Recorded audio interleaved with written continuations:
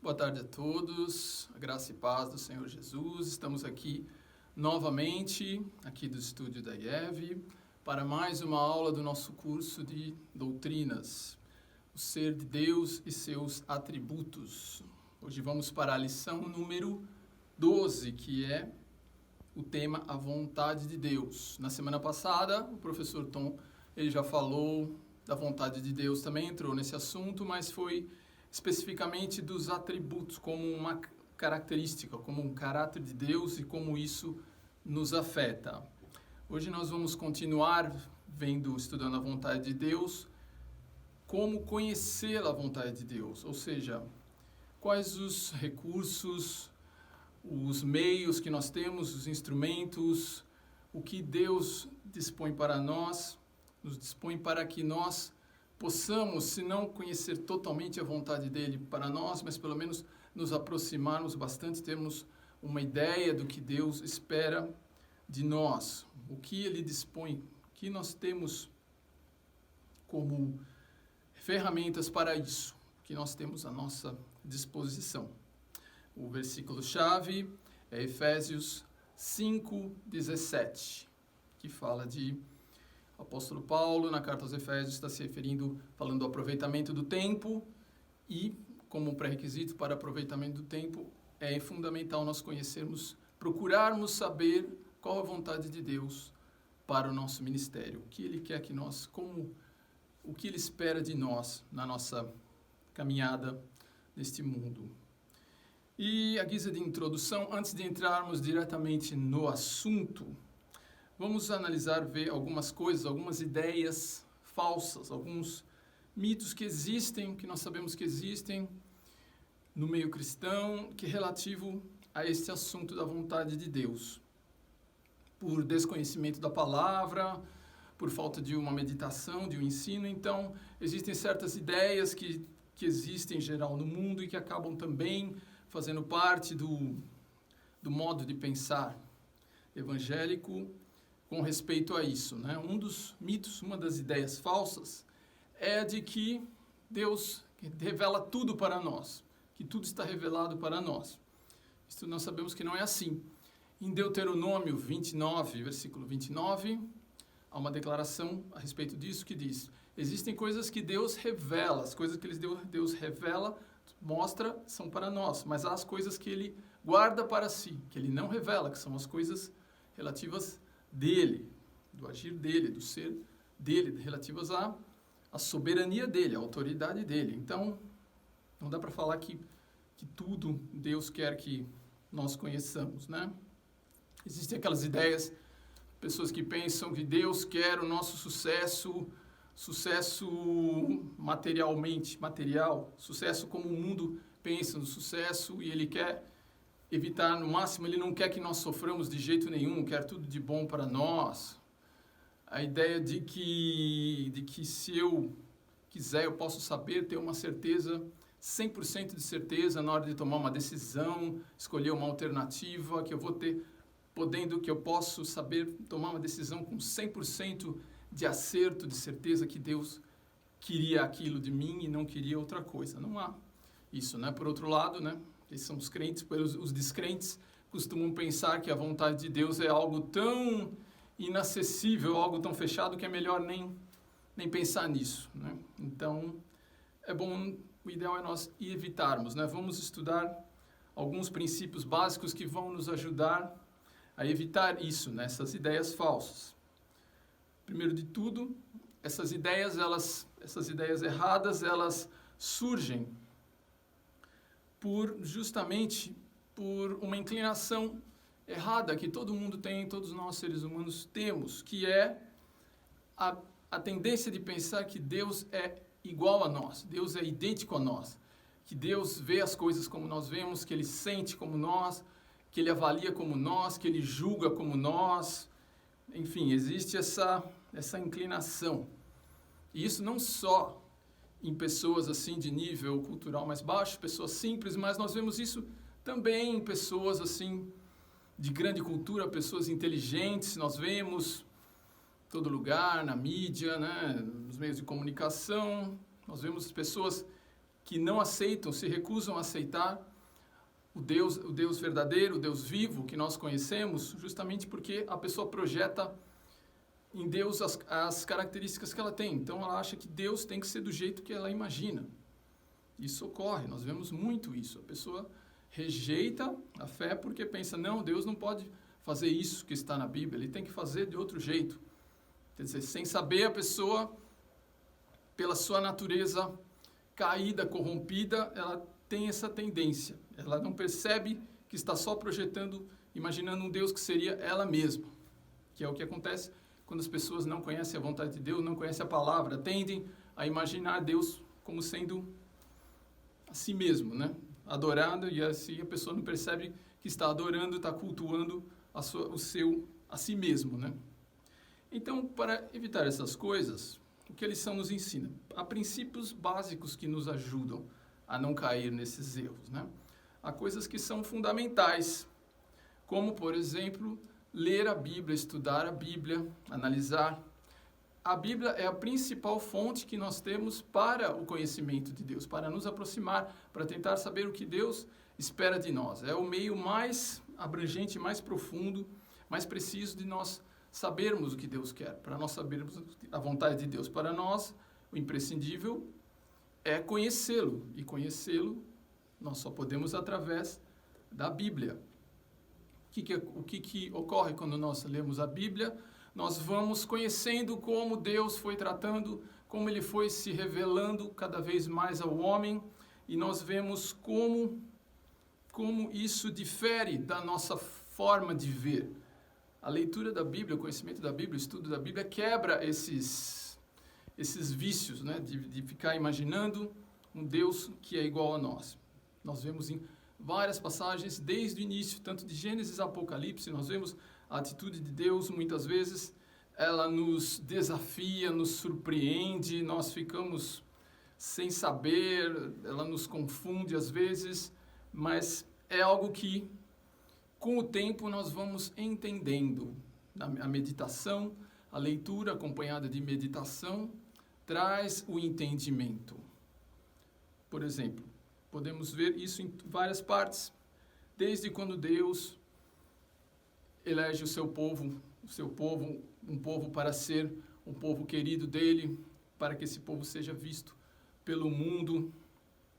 Quando ele leva o povo ao Egito, o povo vai ao Egito, fica prisioneiro, depois o povo é retirado do Egito. O que acontece quando o povo sai do Egito, né? Nós poderíamos imaginar que Deus seria bom, certo, seria ele ter dado um mapa para o povo, para Moisés, para eles percorrerem um caminho até a Terra Prometida, até atravessar o Mar Vermelho, mas não acontece isso. Deus não dá um mapa para o povo. O que ele faz? Ele dá a coluna de nuvem de dia e a coluna de fogo de noite, que o protege, que protegia o povo do sol. À noite, aquela coluna de fogo funcionava como algo que os guiava, iluminava e ao mesmo tempo protegia dos animais perigosos, do deserto, que aquecia eles. Então, o que nós vemos aí? Deus, fazendo isso, ele está ao mesmo tempo, não só guiando o povo, mas ensinando coisas, revelando-se características dele, atributos dele ao povo. Ele está mostrando o desejo dele de estar próximo do povo, de cuidar daquele povo, de inspirar no povo um sentimento de reverência, de respeito, de temor, um sentimento de dependência de Deus. Então, nós vemos que Deus não age da forma como nós pensaríamos. Seria uma forma muito fria, Deus simplesmente fazer um mapa para indicar o povo. Essa é a forma que nós temos de pensar, porque nós vivemos numa cultura, numa sociedade que cultua o resultado, o êxito, o produto final, a produtividade. Tudo na nossa sociedade é avaliado assim, o resultado final. A forma como se chega ali no resultado não conta muito, mas é o resultado final. Mas para Deus não é assim. Deus ele sabe que no final ele vai ser glorificado, mas ele quer atrair o homem a ele faz as coisas no sentido de se revelar, sempre ensinar alguma coisa. Ele está mostrando ali, guiando o povo dele através do deserto, mostrando, é uma forma dele expressar o carinho pelo povo, o amor, a misericórdia, todo o cuidado que ele tem com o povo. Então, uma das pistas que nós teríamos para entender a vontade de Deus é nós enxergarmos as coisas por esse lado. Nós temos que, a leitura da Bíblia, ela nos faz, a moldar a nossa forma de entender as coisas, a forma de Deus. E isso é importante, é mais produtivo ainda quando nós lemos a Bíblia com oração, sempre lendo a Bíblia, não para aprender, não só como informações, mas com oração, com desejo, com o coração aberto, com desejo de aprender, com desejo de crescer, com um sentimento de humildade, um sentimento de que você está sabendo que você precisa saber que você, por você mesmo, você não tem condição de saber as coisas, mas com humildade. E assim, gradativamente, à medida que vamos nos aprofundando, lendo a Bíblia várias vezes, o entendimento vai chegando. Nós vamos entendendo o que Deus espera de nós. E isso nos evita de cair em erros, nos modismos que existem no nosso mundo, que sabemos que entram muitas vezes na igreja. Um outro exemplo disso, um bom exemplo disso é o ministério, a vida do apóstolo Paulo, a conversão dele. Deus aparece a ele de uma forma repentina, ele não está esperando, Deus se mostra e fala: Paulo, por que está me perseguindo? Ele fala: Senhor. Paulo responde: o que queres de mim, o que queres que eu faça, Senhor? E ele se submete, ele tem uma experiência intensa e nós poderíamos pensar que Deus iria mostrar a Paulo um plano de ação para converter a Judéia, para converter o maior número possível de gentios, de converter, submeter o Império Romano, mas não é isso que nós vemos. Ele fala o que Deus revela através de Ananias, Deus fala: Ananias, fala com ele. Vou mostrar o quanto ele deve sofrer pelo meu nome. É algo inesperado se nós pensarmos em termos de sucesso, de eficiência, se nós quisermos que alguém faça a nossa vontade, que alguém seja bem-sucedido, dificilmente nós íamos imaginar isso, mas Paulo, ele ouviu isso, né? Então, não era a intenção de Deus ao levantar Paulo, tirar Paulo, abrir os olhos dele, era exatamente ver como ele reagiria. Como nós poderíamos ver, é a reação dele. Como Paulo responde, a resposta de Paulo ao chamado, o envolvimento dele na obra que ele está sendo chamado, na obra de proclamação do Evangelho. Isso conta muito mais do que números, do que sucesso, do que coisas mensuráveis, coisas que nós poderíamos medir, como nós poderíamos pensar assim, Deus falando para Paulo: esse é o meu homem para converter a Capadócia, a Ásia Menor, trazer aquelas cidades para Deus. Sim, ele vai para aquelas cidades, mas quando nós vemos o ministério de Paulo, analisamos tudo que ele faz, não é isso que sobressai. Ele ia em algumas cidades, pregava, as pessoas, alguns ouviam, e de repente fica um clima favorável para ele, mas de repente alguns judeus levantam outras pessoas, começam a fazer intrigas e ele é escorraçado, ele sai daquela cidade fugido e às vezes ele é espancado.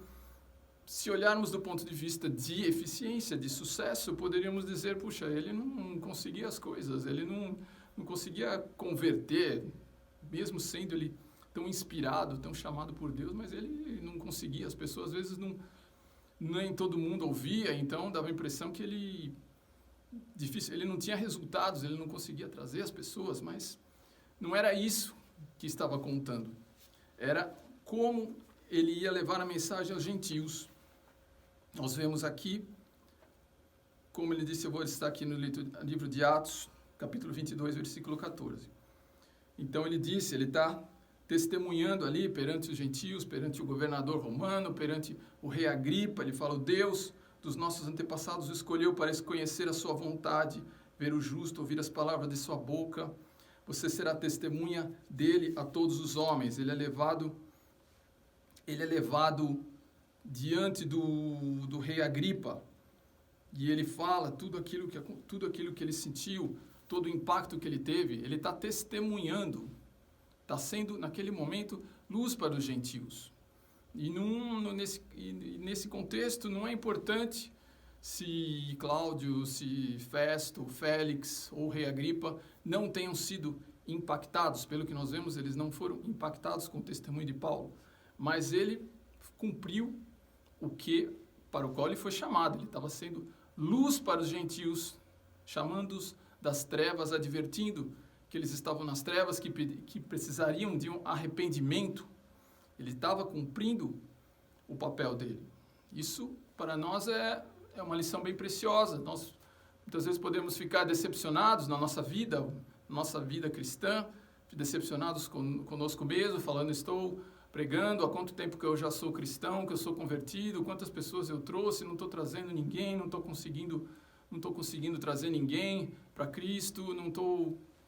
Enfim, mas o importante é saber que Deus vai olhar o seu coração, mais do que os seus números, mais do que... Ele não espera um relatório de você, de quantas pessoas você está convertendo, mas Ele quer ver o que conta mais para Deus é o quanto o seu coração queima pela obra, o quanto você faz aquilo, o quanto você investe do seu ser, do seu tempo, dos seus dons, dos seus talentos no Evangelho, o quanto aquilo envolve o seu ser inteiro, independentemente dos resultados que vão ocorrer ou não. Independente disso, se nós ficamos perguntando, será que Deus quer que eu fique dentro do meu quarto só mandando mensagens no Zap, mandando versículos para as pessoas? Sim, você pode até fazer isso, mas esse não é o que Deus espera. Deus espera que você realmente testemunhe, que você seja luz no meio desse mundo que precisa ouvir, no meio do desespero. Se você vê pessoas no seu trabalho, seus colegas, os seus parentes, seus familiares, expressando uma angústia, uma falta de sentido para a vida, um desespero, é lógico que a vontade de Deus para você vai ser você testemunhar, você falar da vida que você recebeu em Cristo, da transformação, da mudança do seu coração, do seu novo nascimento, de toda a riqueza do Evangelho. É claro que Deus vai querer isso. Há situações que nós vamos saber disso sem nenhum problema. Outra coisa que a lição ela relaciona aqui como uma parte componente disso, ser sensível à direção do Espírito Santo. À medida que nós vamos crescendo na fé, nós vamos sentindo a atuação do Espírito Santo e nós temos que ser sensíveis ao que ele nos indica em determinada situação, de como agir em determinada situação, seguir um rumo ou outro. Enfim, o Espírito Santo, ele quebra o nosso ego, ele faz a gente parar de ver as coisas só do nosso ponto de vista e nos ensina, nós vemos o ponto de vista de Deus, ensina a não querer sempre a nossa vontade, mas enxergar que a vontade de Deus é melhor para nós, que Deus sabe as coisas, sabe o que é melhor para nós, muito mais do que nós. Outra coisa, considere aí um item considere as circunstâncias. Nós sempre temos que analisar o que está acontecendo conosco e ver algum acontecimento diferente, enxergar naquilo a mão de Deus, a intervenção de Deus, a providência, querendo nos ensinar alguma coisa ou querendo nos colocar numa situação em que nós vamos ser bênção na vida de outro. No caso aqui, a rainha Esther, nós conhecemos do livro de Esther, ela é as circunstâncias, determinados eventos, determinados fatos fazem ela ser coroada rainha ao lado do rei Xerxes, na corte do rei Xerxes. Ela se transforma em rainha. E, paralelo a isso, tem os nobres que estão planejando exterminar o povo judeu. Então, ela que era simples acaba sendo promovida a rainha. Então, diante dessa situação, o primo dela, o Mordecai, fala: quem sabe não foi por causa disso que você foi promovida, que você está aí nesse posto, você foi coroada rainha. Que agora é uma situação em que o cargo agora que você está aí vai ser fundamental para nos defender, nos livrar disso. É o que acontece. Ela acaba livrando o povo judeu de ser vítima de um plano maligno que estava acontecendo ali na corte do rei Xerxes, né? A história de José também. Parecia que estava tudo dando errado. José, na vida dele, ele vai sendo vendido como escravo, ele é vítima de intrigas, ele é preso. Parece que tudo está dando errado, mas no final nós vemos que aquilo era para benefício. A prisão, o rapto, o fato de José ter sido vendido pelos próprios irmãos numa situação tão triste, né? Os próprios irmãos armando contra ele, né? Tramando contra ele, mas no final nós vemos que tudo o que aconteceu na vida de José acabou beneficiando, acabou sendo bênção na vida do povo. Ele acabou beneficiando, sendo bênção na vida de milhões de pessoas. Veio a fome e ele foi promovido. Pelos seus dons de adivinhação, ele é promovido. Tem um cargo importante ali, logo abaixo do faraó. Demonstra ali toda a sua inteligência, a sua capacidade, a inteligência que Deus tinha dado a ele. Então, é um exemplo bem pertinente de quanto os acontecimentos conspiram, às vezes, coisas ruins, conspiram para, no final, resultarem em algo bom. Posso falar eu mesmo no exemplo, né? Não era para eu estar dando essa aula, mas em virtude de problema de saúde do outro professor, fui chamado numa situação assim meio de emergência e eu entendi isso. Poxa, isso está acontecendo justamente nesses dias que eu estou em férias, então eu creio que Deus está me dando uma oportunidade de refletir sobre esse assunto, sobre a vontade dele, de abençoar os irmãos, de crescer na fé, de continuar mesmo nessa situação de pandemia, mas continuar sempre estudando o Evangelho, sempre crescendo mais, não parando. E está sendo, para mim, foi muito gratificante dar essa aula, preparar essa aula por você. E um item que é muito importante aqui, como às vezes nós ficamos indecisos em saber qual a vontade de Deus para nós, numa determinada situação, você está vendo as pessoas no seu trabalho, às vezes fazendo alguma coisa que você sabe que não é muito bom, você fica em dúvida. O árbitro tem que ser o seu coração, a paz que você vai sentir ou não, ou a angústia que você vai sentir, né? Em Colossenses 3:15, Paulo fala aos Colossenses, né, que a paz seja o árbitro no seu coração. De repente você não sabe, às vezes você, diante de uma alternativa, você precisa tomar uma decisão que às vezes parece que é a melhor, mas aquilo vai te deixar angustiado, vai sentir o coração vai se sentir mal diante daquilo, vai sentir que está ofendendo a Deus ou alguma coisa nesse ponto. Então, é muito importante saber se aquilo vai te dar paz no coração. A lição enumera alguns requisitos para se alcançar a vontade de Deus. Tudo isso que eu falei, que eu tenho falado, nada teria valor se não fosse, antes de tudo, você desejar. É preciso desejar conhecer a vontade de Deus. Porque é isso que vai fazer você se aprofundar cada vez mais no conhecimento dele e principalmente você obedecer, que é o principal, né? Muita gente quer conhecer a palavra de Deus, hoje em dia quer conhecer a vontade de Deus, e a pessoa às vezes vai no culto na igreja, eu vou lá porque vai ter uma revelação para mim, e não é assim. Isso tem que ser um desejo constante, não um desejo que você sente só no domingo de ir ao culto, ouvir a palavra, você vai no culto desejoso de ouvir uma revelação, mas isso tem que ser uma coisa constante na sua vida. Tem que ser algo que você faz parte da sua vida, o envolvimento com Deus. Antes, às vezes, nós queremos, conhecer revelações de Deus. As pessoas querem ter revelações de Deus, mas nem conhecem a Bíblia. A Bíblia é a primeira revelação de Deus. Tem 66 livros na Bíblia, cheios de revelações de Deus. Então, não tem por que a gente querer mais revelações do que ela. Acho que, em primeiro lugar, nós temos que conhecer a palavra, as revelações que Deus tem, para depois pensar, querer mais revelações, né? Em primeiro lugar, vem a palavra dele. É um requisito importante, espírito de aceitação, acima de tudo, de quando a vontade de Deus prevalece, né? Moisés foi chamado e Deus sabia das limitações. Então, Deus sabia que Moisés ia falar, eu não tenho voz, eu não tenho vocação para isso, mas era o caso dele ele tinha que aceitar aquilo. Então, muitas vezes nós temos que ter um espírito submisso, de aceitar a vontade de Deus, Acima de tudo, mesmo que às vezes momentaneamente, naquele momento parece que não é bom, mas temos que ter essa submissão à vontade dele, né? Sensibilidade e preparo espiritual, aquilo que nós estávamos vendo, que a leitura da palavra tem, a oração é importante, a oração nos prepara espiritualmente para ouvirmos a voz de Deus. Orar não é só falar com Deus, mas é também ouvir Deus, o que Ele tem a falar, abrir o nosso coração. É um momento de intimidade, é importante você ter o seu tempo a sós com Deus todos os dias. Isso vai tornando você mais sensível à voz dEle, para entender o que Ele quer. Todas as pessoas que têm uma grande intimidade com Deus, que têm uma vida cristã firme, elas sempre têm uma vida de oração intensa. É imprescindível, nós não podemos abrir mão de modo algum da oração. A paciência, em último lugar, né? É necessário ter paciência. Às vezes os resultados que nós estamos esperando, eles não vêm logo, eles demoram. É importante o cristão ter paciência, não desistir de novo.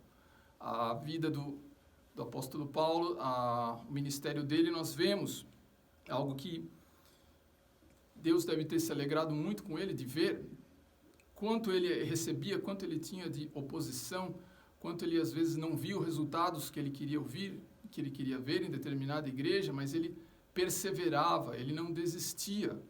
Isso é que Deus quis, isso é que alegrava muito Deus na vida do apóstolo Paulo. Diante das dificuldades, diante de tudo, ele permanecia firme, ele não recuava, ele estava sempre se aperfeiçoando, sempre sabendo como guiar uma igreja que estava se desviando, como orientar, como aconselhar diante de situações difíceis.